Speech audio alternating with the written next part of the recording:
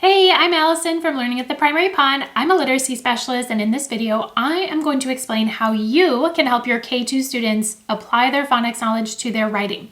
Now, this is something that is not easy for many students, but what I'm going to share in this video, number one, is going to help you understand why it's so difficult for them, and number two, going to make it easier for you to help them apply their phonics knowledge. So, super excited for this video. Before we dive in, if you haven't subscribed to my channel yet, make sure to do that now, and then also hit the little bell so that you're notified every time I post a brand new video about teaching literacy in K2.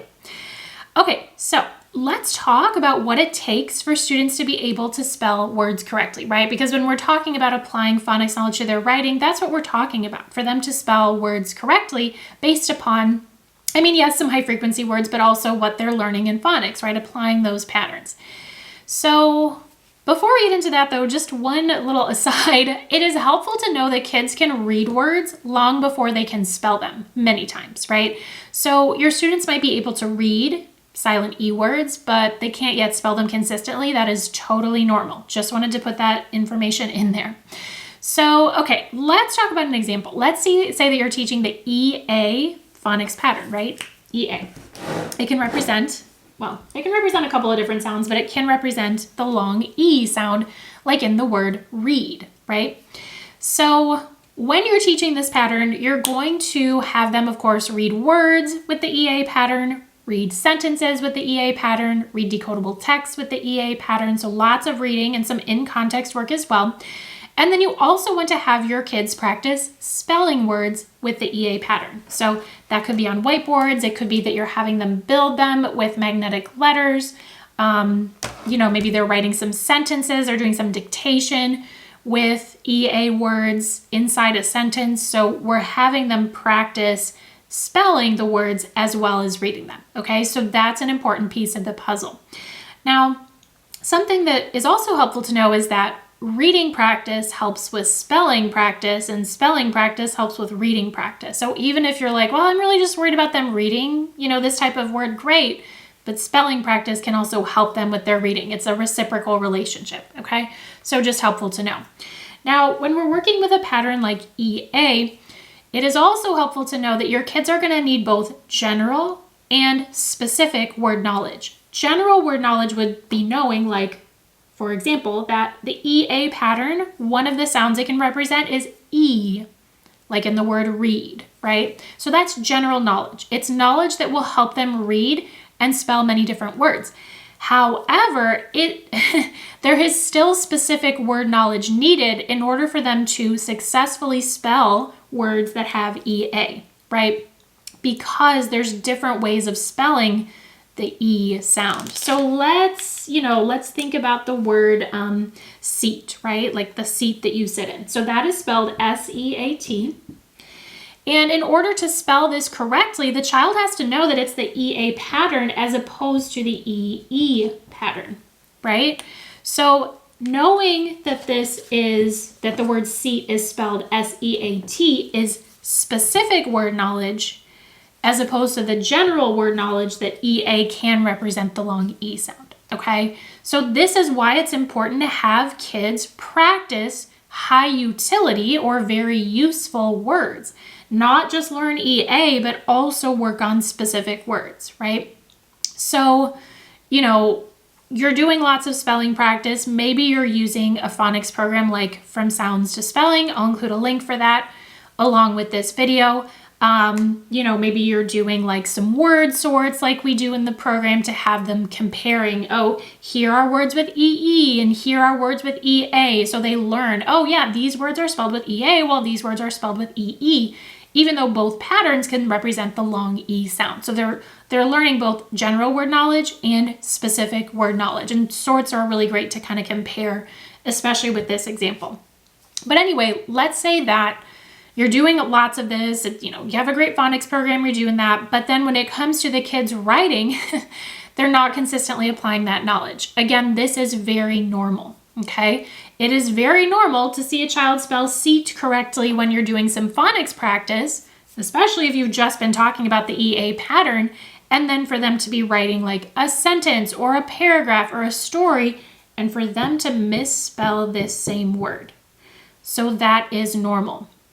And, there's probably a variety of reasons why this happens. One being just that they need a lot of practice and reinforcement in comparing like different spelling patterns and learning that specific word knowledge. However, well, before I go into that, let me ask you if this has happened to you. Have you ever seen where like a child could spell seat, for example, on its own during your phonics practice, and then they're not applying that same knowledge, the same pattern, the same word spelling to their actual writing? Okay, let me know in the comments if that has happened to you. I want to see how many other teachers have noticed this, just so that if you're seeing this with your kids and you're feeling a little frustrated, you're definitely not alone. So let me know in the comments. But let's talk about why this is hard, right? When kids are writing, there are so many skills that are involved. Number one, just learning how to form the letters. For me to write the letter S, no big deal. For kindergartners, for first graders, maybe even on up, it takes a little bit more thought, right? Staying in the lines, all that good stuff. So there's that. There is like the actual thought of like, what am I going to write? Kind of like remembering, even if they come up with a great sentence, can they remember the sentence? Can they use their two-finger spaces? They're thinking about capitalization, perhaps punctuation. This stuff is automatic for us as adult writers, meaning that we can do it pretty much without thinking. But for kids, it requires so much more thought. And there's so many things going on when they're writing. So that's why it is likely, or one of the reasons why it's likely, that your kids will be misspelling words, because there's so much else that their brain is doing while they're writing. Okay, so patience is key for sure. Lots of phonics practice. Out of context too is also key. But when we want to make sure that we're having them apply it to their writing, a couple of things will help. Number one, sentence dictation. This is not what I would do like necessarily during my writing time, although you certainly could. I do this during my phonics time. I will come up with a sentence that uses some high frequency words and some phonics patterns like we've been working on. I will say the sentence, the kids repeat it, maybe more than once, and then they write the sentence. Then we go back and look at how do we do it correctly, and we fix it. So they're just working on one sentence at a time. That can really help them focus on a number of things, but like spelling words in context without having to worry about writing a whole paragraph or a text. Sentence dictation is really valuable for a variety of reasons. So that's one thing. Another thing you can have them do is to look for spelling patterns in their writing. So let's say that you've been working on silent E or some vowel teams like we have here.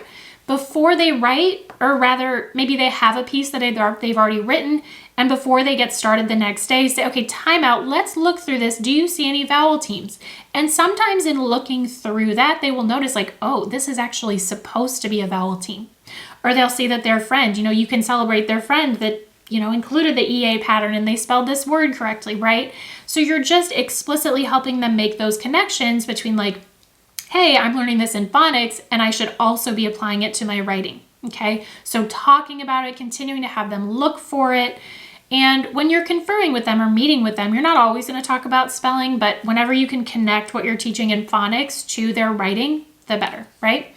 Another thing you can do is have some kind of phonics or sound wall that they are using while they are writing. So this is like just kind of like a mini reference thing where I've got some like vowel teams going on here, but in your classroom, assuming you're a classroom teacher, you will want to have a wall with all the patterns that you're learning, whether it's like a sound wall or something more like this. These cards are from Sounds to Spelling, by the way.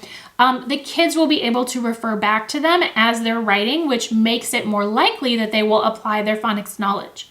You will have to model this for sure. As you're modeling writing, teach a mini lesson on using the wall, teach multiple mini lessons, but also just as you're like modeling writing for them on a day-to-day basis, talk to them about how you're looking up at the wall and using those patterns. It's all about the talk, right? Like you're telling them what you're doing, why you're doing it, and that will help, like them bridge that gap and encourage them to use the phonics wall or the sound wall as well. So that can be really helpful. And then my last tip, I already said this, but give it time, patience, time. It just takes time for little ones. And I know it can be frustrating because you're like, well, goodness, we spent so much time on this. That's just the kind of the way it goes, especially in K2. You're laying the foundations, you're planting the seeds that are going to blossom into hopefully effective spellers later on. So again, you got to have a good phonics program that works on spelling, sentence dictation, making connections and having them look for phonics patterns in their writing, using a sound wall or phonics wall. All of these things can help.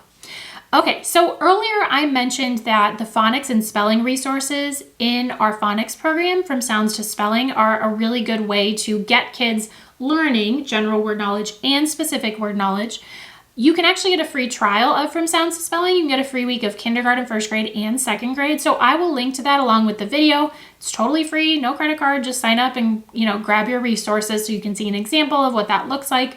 Thanks so much for watching. I hope this was helpful. Don't forget to hit the like button, subscribe, and I will see you in my next video.